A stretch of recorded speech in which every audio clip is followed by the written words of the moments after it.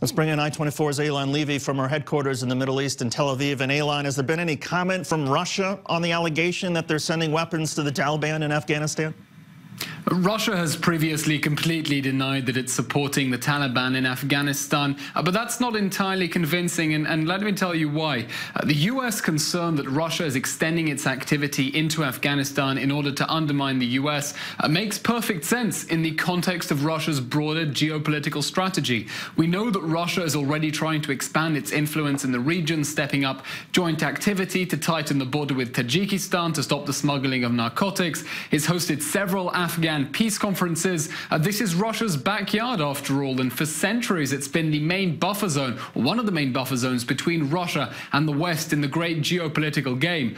Look at some of the recent history. During the Cold War, the USSR propped up anti-Western regimes in Afghanistan. Ironically, then it was the CIA that covertly funded and trained the Mujahideen in order to push the USSR out.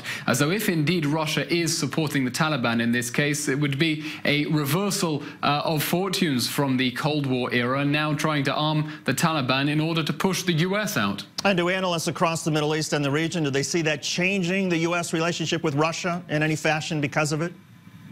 Look, the US relationship with Russia is strained because the US now has to choose which strategic games it wants to be most involved with, while Russia is looking to expand its geopolitical role. If the US is concerned about North Korea, about what's happening with China, about the Middle East, about Chinese expansion into Africa, it needs to decide the fights that it wants to pick. And after 14 years in Afghanistan, it may well be that the US decides that it doesn't have any major strategic interests in Afghanistan, and would be better off reverting its resources towards other fights where it has more skin in the game. Eylon Levy, terrific reporting as always from Tel Aviv. Thank you.